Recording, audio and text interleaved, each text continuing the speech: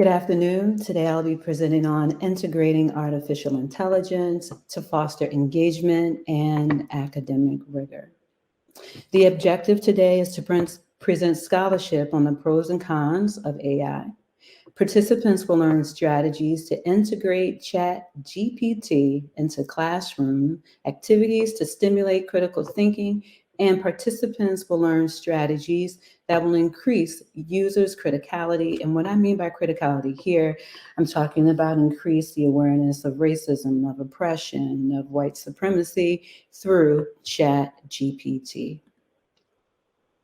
So I have a brain activator here, but what I'm going to ask you to do, and Veronica is going to help us with this, in the chat, it's not a test, but in your chat, I would like for you to write, what is your understanding of artificial intelligence? So at this time, what do you understand that to be?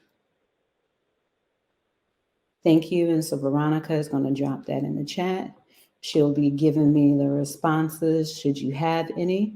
And then I'm going to, as the responses come in, I'm going to move on to the next slide. So I would like for you, if you are writing your answers in the chat, just to keep that definition of, or rather your understanding of ChatGPT, just keep that in mind. So I'm going to be connecting. So we've got some responses. Okay. So some of them are learns like the human mind, computer-generated ideas and responses, machine-generated presentation of conceptual material, machine learning, computer-generated knowledge, machine-based knowledge and voice. Excellent. And your responses tie perfectly in with this slide. So on the left here, you'll see John Henry. And John Henry, the story of John Henry, African-American folklore, is that he could beat a steam engine, a machine, through a mountain. And so the story or the folklore goes that John Henry, the man, beat the machine, but at the end, unfortunately, John Henry died. So there's a story that I'm sure that we can unpack there, but the larger point of that is that I am connecting artificial intelligence to the steam engine and then human thinking, of course, to John Henry. So let's keep that in mind as we look at, well, what exactly is AI and how do we use it in our everyday lives? So like much of you said, artificial intelligence, it is machine thinking. It was designed to mimic human thinking and to make our lives easy. We have smart assistants like, hey Siri, or Alexa, or self-driving cars use AI, trying to find our way to trying to find our way to particular destinations, putting in a question into Google, hey, or what is the best restaurant in New Brunswick? And then we use them also for Snapchat filters. Snapchat, sometimes it takes like a scan of the background and then it gives us a filter. And so it is predictive. It is predictive essentially, and it makes these predictions based upon human interaction, right? And how we interact with a smart assistant such as this. And so there are some good uses of AI, as we just saw, but what does some of the research say about the harmful effects of artificial intelligence? So Stanford University's Human-Centered Artificial Intelligence, an article that was published, talks about how language models are changing AI. They deduce that language models can be toxic, dishonest, and their deployment raises serious legal and ethical issues. Continuing with some of these issues is scholar from MIT, Joy Balawini. I'm sorry, I mispronounced her name. She's from MIT. And so her research What happens when artificial intelligence is used by way of facial recognition? So what happens when darker skinned individuals are in front of facial recognition versus what happens when those who are lighter skinned? How does the facial recognition software, how does it read them?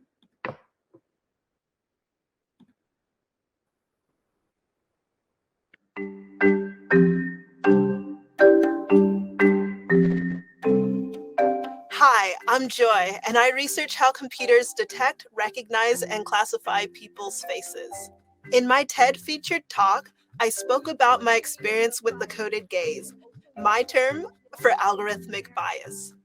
The system I was using worked well on my lighter skinned friend's face, but when it came to detecting my face, it didn't do so well until I put on a white mask.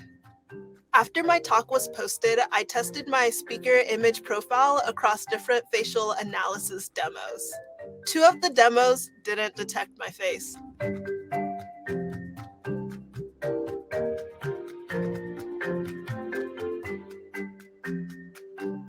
The other 2, well, they misgendered me. The demos didn't even distinguish between gender identity and biological sex. They just provided 2 labels, male and female. Now I wanted to see if these results were just because of my unique facial features or if this was something that was more of a pattern across other faces too. And so what do those patterns tell us from her video?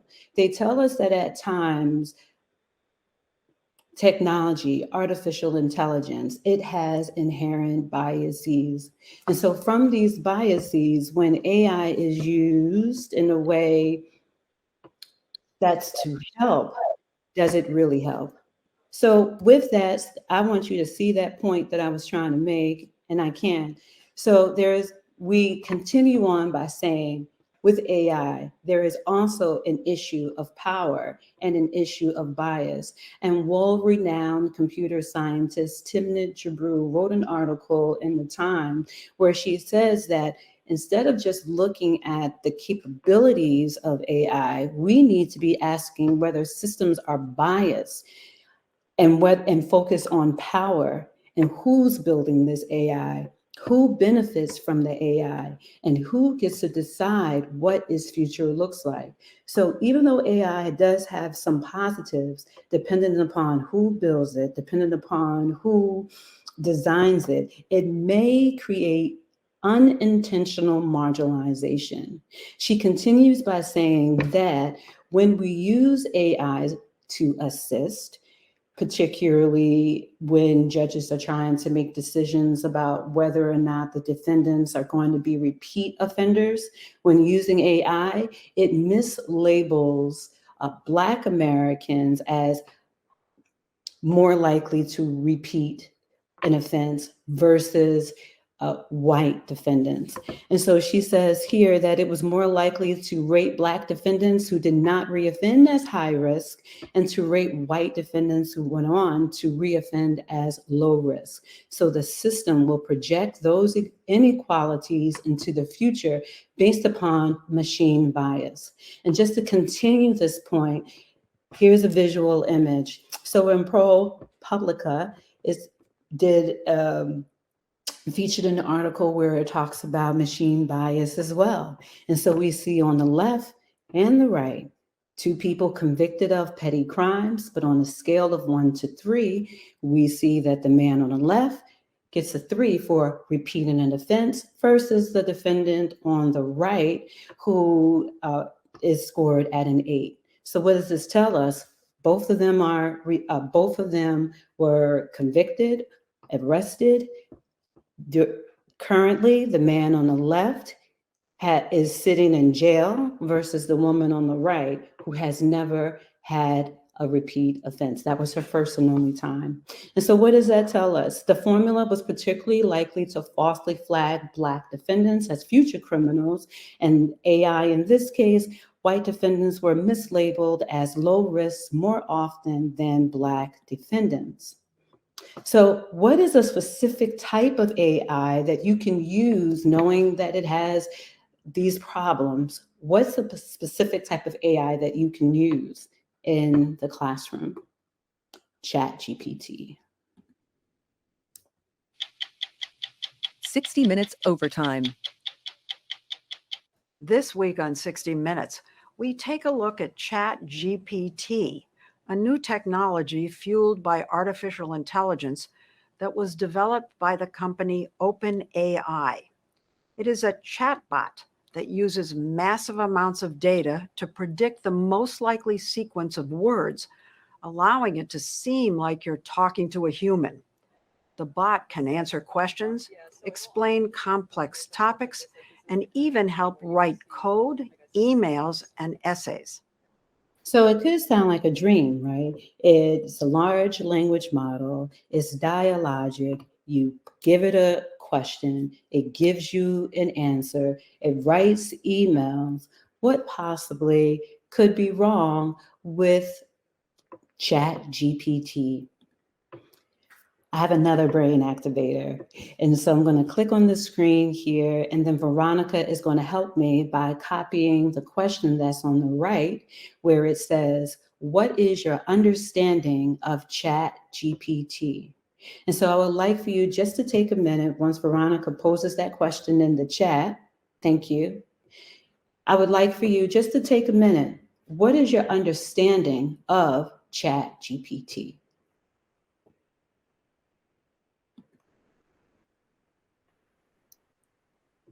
Warren Lucero commented, "It will think for you." Okay, it'll think for you. Any others?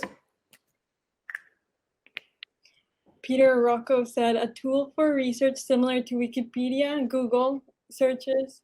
Mecca said, "Amazing, but you have to be careful about taking it at face value." Excellent. So those three responses, I'm going to stop there. Those are all great. Thank you for that. So we're going to keep those definitions or those answers in mind as we continue looking at the research. So what would Plato say about ChatGPT?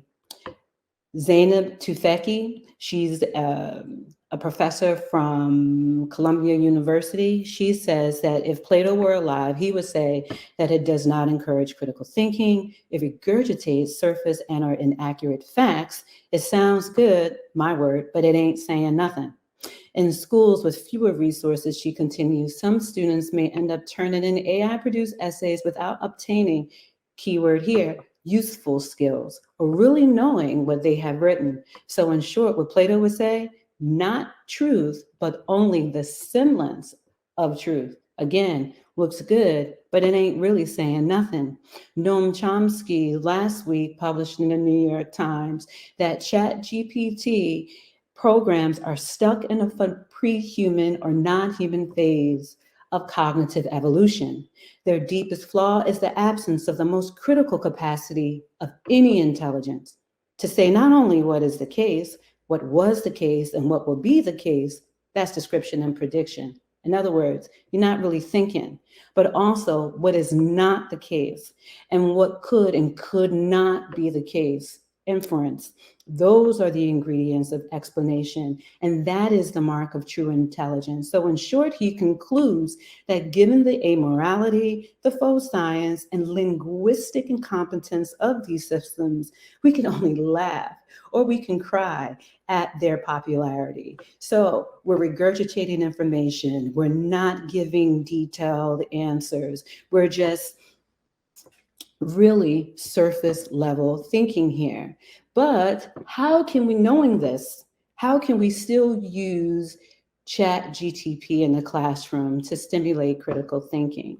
So I'm going to give you some assignments that I've used. And in one of my classes, we looked at raising awareness, and we deduced that there are three components which I borrow from Paulo Freire with critical consciousness. That one, the goal of an excellent instructor is to create three things, namely one, consciousness of yourself, consciousness of others, and increased consciousness of the world with a plan to do something about what you observed. So in this particular assignment, students had to engage with various social media posts and or ads that we had to question the accuracy and the reliability. So in this particular example, this student found a Dove ad. Black woman before using Dove changes into a white woman after using that. So what does that suggest? What does that suggest about Blackness and about whiteness? So I say, okay, excellent. The topic is clear.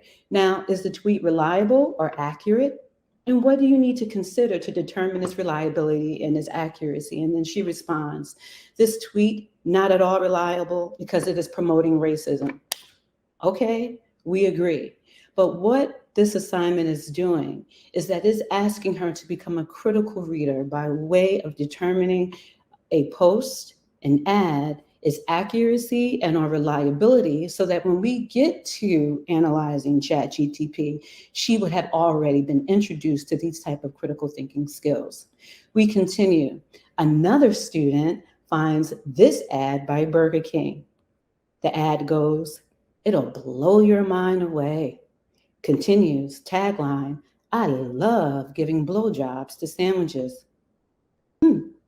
So we put, can using the slang term blowjob in an ad be discriminatory? So we just wanted to see, like, are we overthinking this? So using the slang term blowjob in an ad could potentially be discriminatory if it is used in a way that is inappropriate, offensive, or discriminatory towards a particular group of people. So we determined that ChatGPT, its response was accurate and that we were not indeed overthinking it. Another assignment, students had to use Kendall and Lindsay to substantiate their opinion about whether Beyonce's video Formation upholds or disrupts tradition and or anti-Blackness. Disclaimer, if the sound part here is a little funky, I'm going to say that it's because of copyright.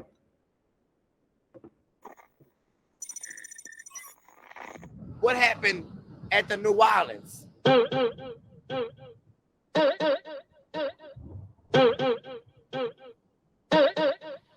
Bitch, I'm back. I'm popular the man.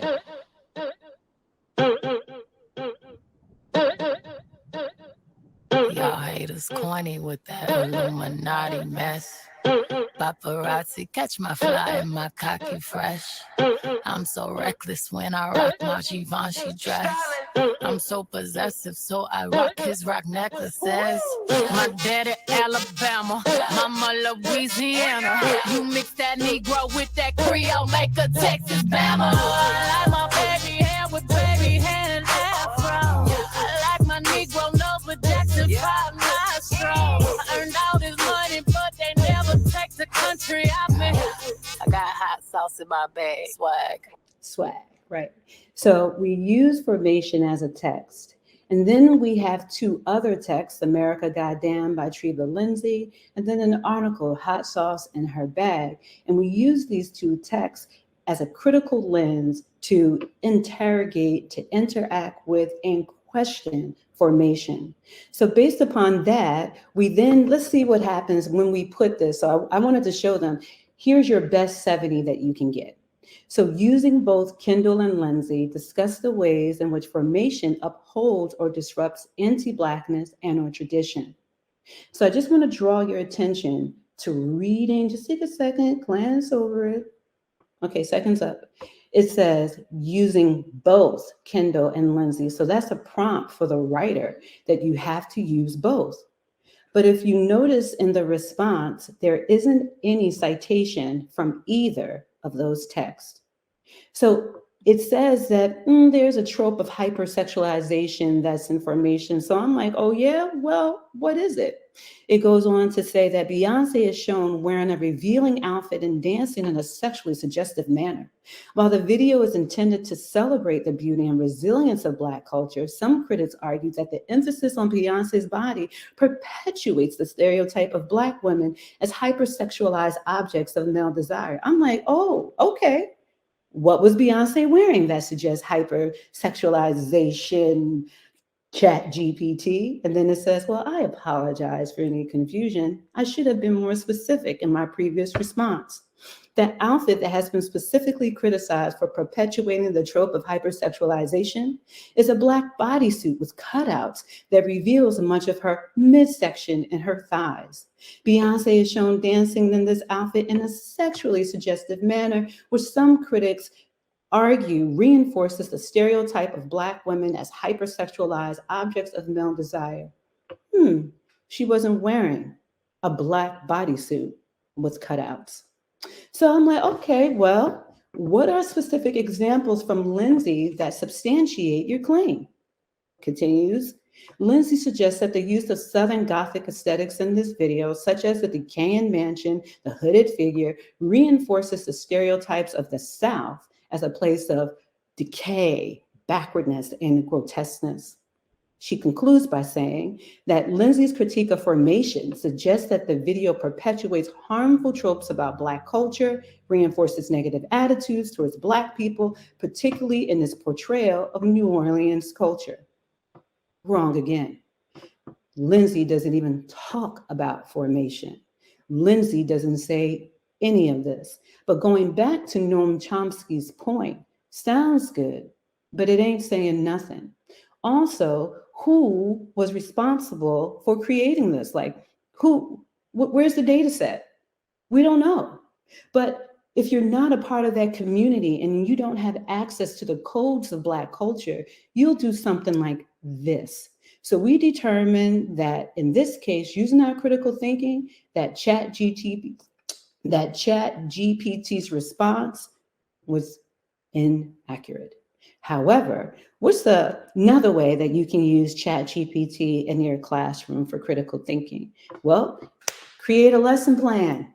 So say you're doing a lesson plan on facial recognition. Boom, here is your lesson plan. It says for whom is the grade level, how many class periods, the objective, the materials that you'll need, and on. And then you can determine at the fundamental level, is this information correct? And so we deduced as a class, yes, it is accurate. So you go from hours to minutes. So how can I use ChatGPT in my lessons to increase critical thinking and criticality? Students can explore the accuracy of its response. Students can explore if the response has a racial bias and or discriminatory language.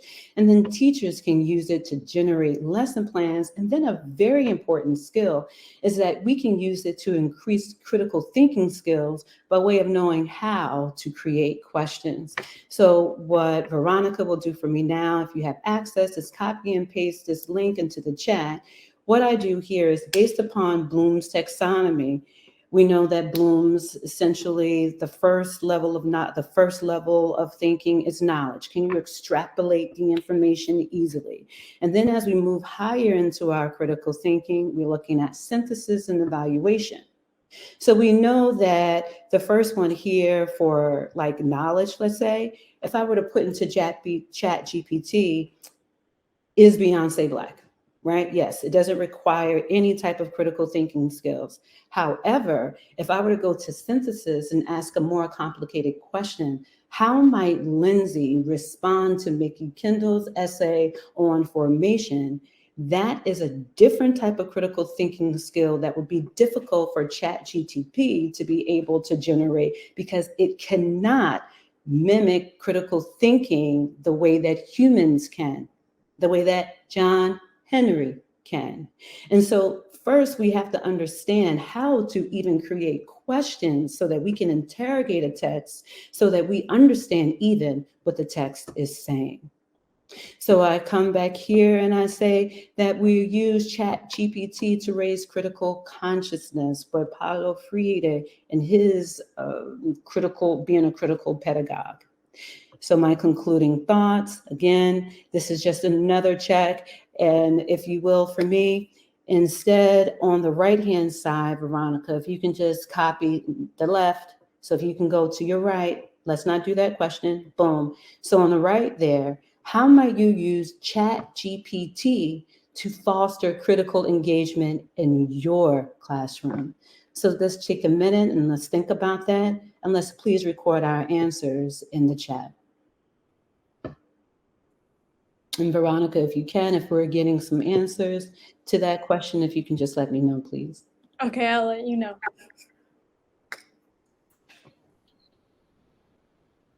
All right, so I'm going to go on to the next slide. So, should we embrace this new technology? Yes, we should. And if you want to keep the conversation going, I welcome you to reach out to me by way of my email address written here. I have included some sources that you can look into, some of them that I use in my classrooms that inform my teaching practice around AI. And I would like to thank you very much for your attention. We've got one response. It says, if you ask ChatGPT the question several times or have several students ask it, you'll likely get several answers. And asking the students to consider and compare them could be an interesting way to foster that engagement. Excellent. Thank you. All right. Thank you all so much. And I'm going to pass the virtual mic to my co-presenter. You're welcome, Amy. Welcome, everyone. Thank you for joining us today. My name is Rashida Scott Cruz, and I'm from Monmouth University. I teach in the Department of Music and Theater Arts, and I'll be sharing with you some insight and perspectives on how I use AI to foster engagement in academic rigor in our class. This is a particular slide that I wanted to share with regard to some of the models that I use in my teaching methodologies. One in particular is going to be the ADDIE model, which I'm not sure if some of you are familiar with or not. ADDIE stands for, or A stands for analyze, D, design, D for develop, I for implement, and E for evaluate. And it's simply a device to help us think through course design, of course, but I like to use it because with doing a lot of the project-based assignments that our students do, it really gives them the opportunity to use universal frameworks. It allows them to frequently change things to make them better as they move forward, and also allows them to engage in a highly interactive way with other students as well. Another format or model that I like to integrate interchangeably between the classes that I teach is the project-based learning. And for obvious reasons, of course, a lot of the projects that the students get to do in this particular program really shows their exemplary work and how they apply the knowledge throughout the entire program. For example, through record label strategies, the students gain hands-on awareness and experience as if they worked at an actual record label. And so some of the ways in which we are able to help them highlight their work is by allowing them to take the lead in leadership roles from A&R to marketing, to distribution, to performing, to producing, and actually uploading it to all the digital streaming platforms. So they actually take on the project from the beginning to the end, and they actually do it hands-on with the guidance of the instructor. You can go to the next slide. Okay, so in terms of academic integrity, I know AI and ChatGPT has imposed some concerns for a lot of individuals, especially with regard to some of the implicit racial biases and tendencies. However, I do want to draw the attention to the fact that within music, we do use artificial intelligence in a little bit of a different capacity when it comes to production of music, when it comes to copyrights, when it comes to playlisting and curating. So it's not exactly the same way in which I know ChatGPT was explained in Rashida's presentation. But I will share here some of the pros and cons that I have basically brought awareness to in my classroom and how I choose to help the students navigate around them. So with some of the pros, of course, for instructors, grading and doing periodic assessments, AI is very advantageous as it saves us a lot of time and actually does the grading sometimes right away, which I know students love to get feedback quickly as well. With regard to music production and composition, again, we use a host of variety of AR tools and platforms. Some are used to enhance voice recognition. Some are used to remove lyrics from actual instrumental tracks. I'm sure a lot of you have heard the use of auto tunes, which is often overused, but it's supposed to recognize the notation when someone's singing out of sync or out of key. So those are just some of the other ways in which we use AI all the time. Of course, I just mentioned curating playlists based on your preferences. Everyone probably has recommended songs that Spotify or Amazon will recommend to you each week even. And then for the enhancement of live performance, and as you know, during COVID, the music industry from a touring perspective essentially ceased. So artists were really charged with becoming more, creative and innovative. One artist who was able to do so successfully was Travis Scott with his partnerships, with gaming. And he was able to have virtual concerts, that generated avatars, which was a huge win in the music industry. And as a result, other artists have followed suit. Some of the cons are outdated legislation and policy, as shared in some of the previous discussions, that we've heard here today. Those are some of the areas where, again, until those are up to date, there can be some possible issues there as well, including the implicit biases that are, have been noted even in Rashida's presentation. Copyright infringement is another area of contention with regard to AI, and even just copying the voice of someone else and putting their face on it and not necessarily having recourse or knowing where to go to, keep things like that from happening is another issue. Gender and racial biases, which we've explained extensively, I think, throughout this conference, from the opening moderator to even today with Rashida sharing some examples that you've just seen prior, that still continues to be an issue that raises flags and will require individuals to do their own self-reflection to question those biases. And then recognitions of sexist behavior, again, which was previously shared in the video and discussion that Rashida shared with Beyonce, and patterns of abuse, as well as recognizing those as well. The next ones, please. So with regard to the approach in the courses that I've been teaching, one is particularly experiential learning. In that course, students, I do state in the syllabus where it is appropriate and inappropriate to use ChatGPT. For example, if they're doing research on posting a webinar or doing a presentation and they're looking for copy that's relevant to advertise their course or webinar, those are areas in which I do suggest maybe check it, see if there's copy that makes your, event more appealing. And if it does, adopt it, make it your own. And those are some of the ways where it has been helpful for a lot of students, especially when they're doing it for the first time. Also, for creating digital portfolios, students in this course are using ChatGPT to identify the keywords in certain job descriptions when they're applying for jobs. So if there is a job that they're particularly interested in, they will post it into ChatGPT. They'll ask it, what are the keywords in the job description? And then they'll be able to identify what keywords will also need to show up in their resumes and cover letters so that they can bypass the applicant tracking system. And then with regard to the business of music, of course, we use a variety of case studies and have in-depth discussions about them. One I'll be sharing with you a little bit later, a few slides down, about a artificial intelligent artist that was signed to Capitol Records. And then we also do critical thinking throughout those case studies and initiatives, in addition to comparative analysis for a variety of music-related current events.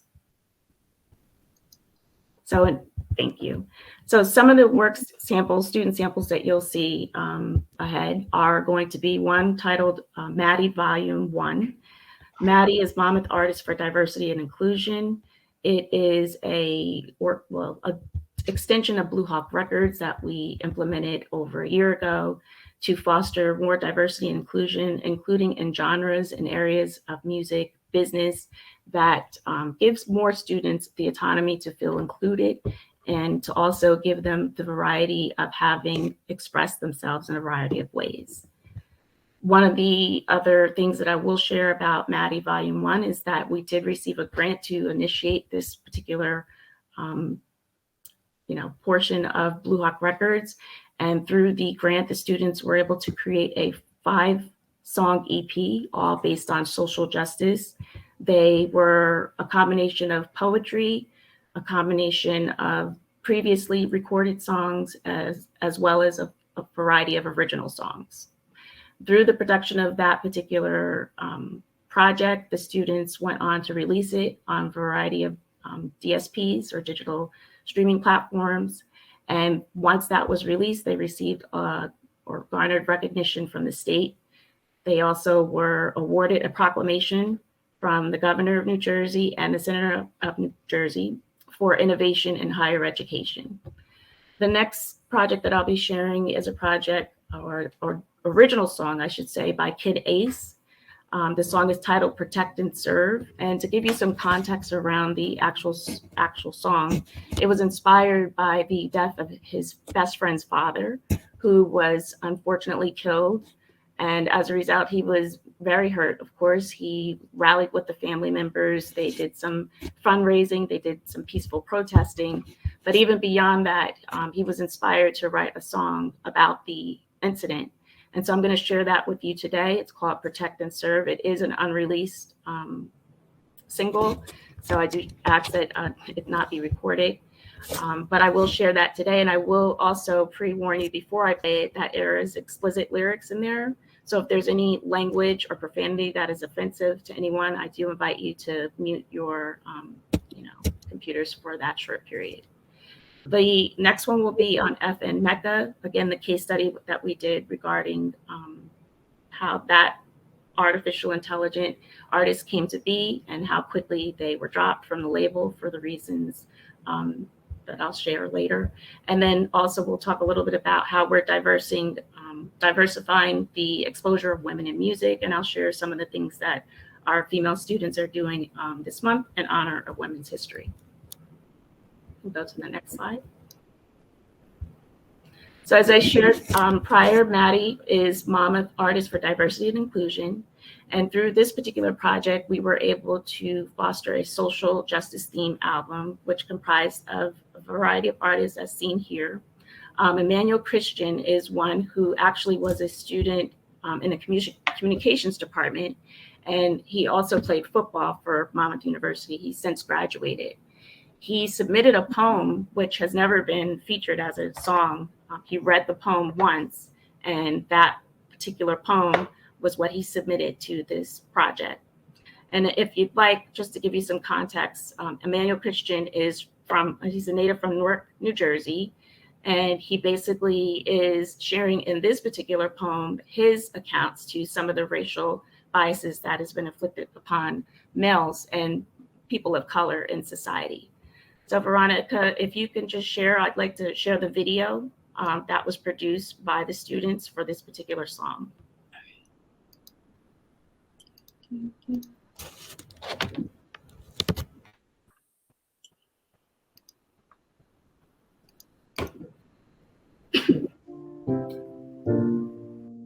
Growing up, I never understood how important skin was. I lived my life as carefree as possible, albeit I had only known Black and Spanish. I saw Black, whether it was dark brown, light brown, yellow brown, red brown, my brown. I valued the skin I'm in. I didn't understand why. I saw fair-skinned people being treated a little different than those who are darker, but that was all I knew. I've never known true hurt, true racism, true evil, until that fateful day in February of 2012. Trayvon Martin. We said his name, we adopted his demeanor, we held him high, even after being slain. I was confused, traumatized, but most importantly, grounded. Pulled down from the clouds of a race-free world. Pulled from the belief that racism ended after 1965. Pulled into a world where being Black all the time isn't easy. Where being Black up to that point in time isn't fruitful. Where being Black at any time can cost me my life. I was lucky to have been born into a predominantly Black and Latinx city, because I was once Trayvon Martin. I was once Tamir Rice. I was once that 9-year-old Black girl who was pepper sprayed by the police. And if nothing changes, then I could be George Floyd. I could be Sandra Bland. I could be Philando Castile. I will forever be black. So as I write these words, I pray one day the world will treat my children better than those who've lost their lives unjustly. I pray the world take care of the black people who aren't doing anything more than being black. I pray that we all heal from our trauma and march on with the love of God in our hearts. Because falling into the real world gave me the wings I needed to fly. It gave me the awareness I needed to survive. And throughout all of this, it gave me the capacity to love the skin I'm in.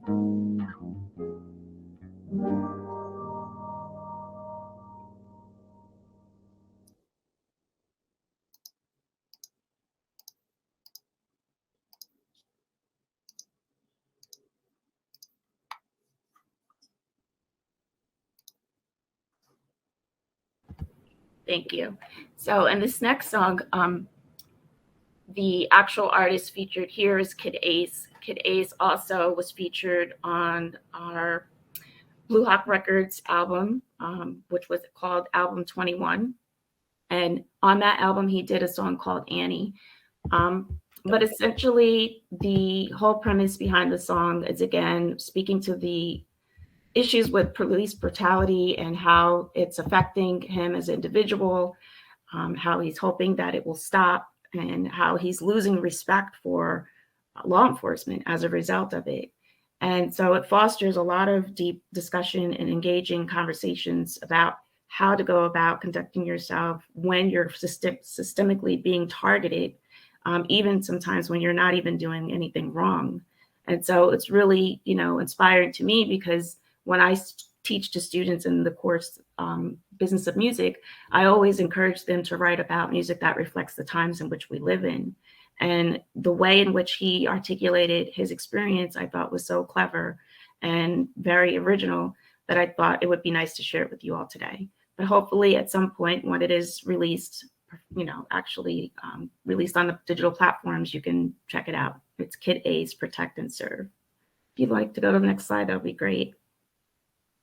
So in terms of emphasis on critical thinking, we do a lot of questioning things, especially when it comes to the current events in music, whether it be copyright infringement and dissecting whether or not an artist is at fault, to FN Mecca, an AI artist that has recently been signed to Capitol Records and was quickly dropped 2 weeks later.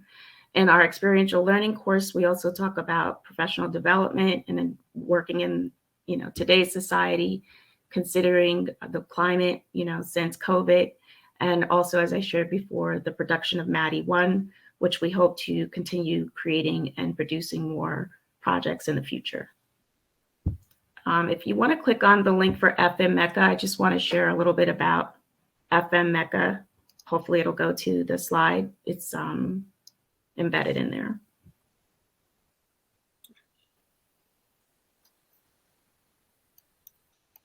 With over 1 billion views on TikTok and over 500,000 monthly listeners on Spotify, FN Mecca was a virtual artist and AI rapper who seemed to be taking the music world by storm.